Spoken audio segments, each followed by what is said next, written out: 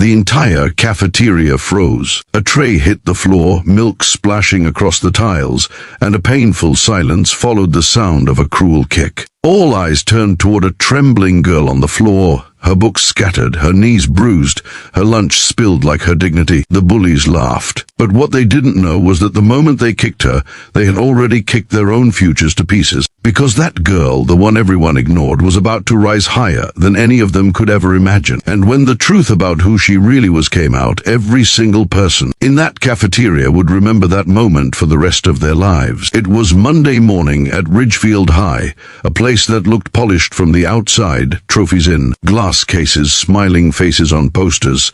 But inside those hallways, it was survival of the fittest. New students rarely made it past the first week without someone testing them, especially if they didn't fit the mold. Amara Johnson walked through the cafeteria with her lunch tray in shaking hands. She had transferred from Atlanta just a month ago, after her mom got a job as a nurse in the small northern town. She was tall, dark-skinned, with beautiful braids tied in a neat bun, and an old denim backpack that had seen better days. She didn't speak much, and when she did, her southern accent drew attention she didn't want. At her old school, she'd been on the debate team, confident, outspoken, and loved by her teachers. But here, she was just the new black girl.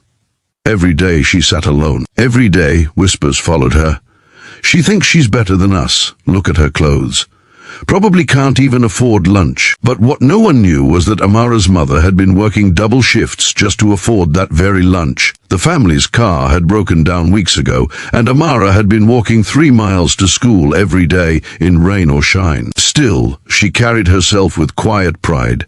She'd learned from her mom, "They can take away your comfort, Amara, but don't let them take your grace." That day, as Amara sat alone, a group of 3 students approached her table. Brittany, the self-proclaimed queen of the school, was in front. Platinum blonde hair, designer shoes, and the cruelest smirk in town. Behind her were 2 boys, Tyler, the star basketball player, and Nick, who followed Tyler like a shadow. "Hey," Brittany said loud enough for the whole table next to them to hear. "You're sitting in our spot." Amara glanced up, confused. "There's no name on it," she said softly. Nick laughed. "Well, there is now." The other students nearby turned their heads but stayed silent. Everyone knew better than to challenge Brittany's crew. Amara started to get up quietly, not wanting trouble. But as she picked up her tray, Tyler nudged his foot forward just enough to trip her. The tray flew, the milk spilled, and the cafeteria gasped. Amara fell hard on the floor, her lunch covering her uniform.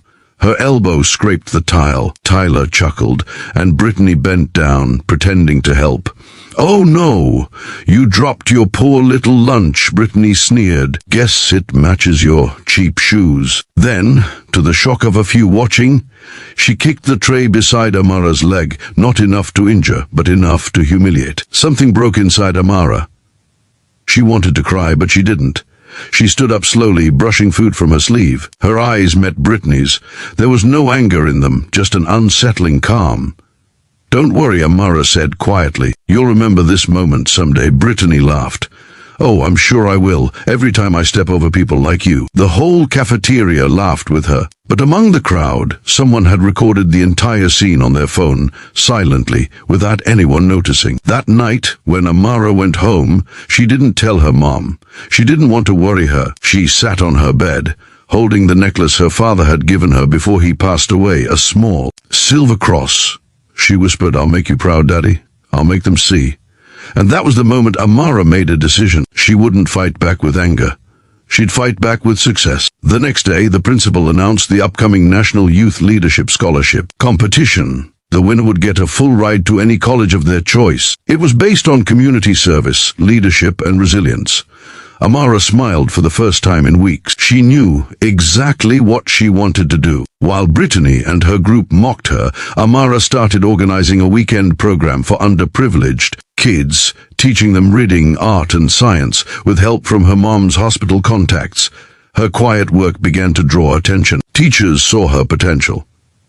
Some students even joined her cause secretly. But Brittany hated it. She couldn't stand the idea of the nobody she'd humiliated becoming someone admired.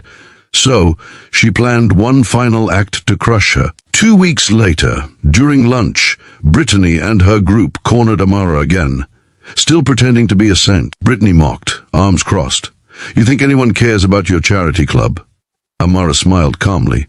It's not pretending. Kids are learning because of it. That's what matters. Tyler rolled his eyes. Yeah, until people find out you're doing it for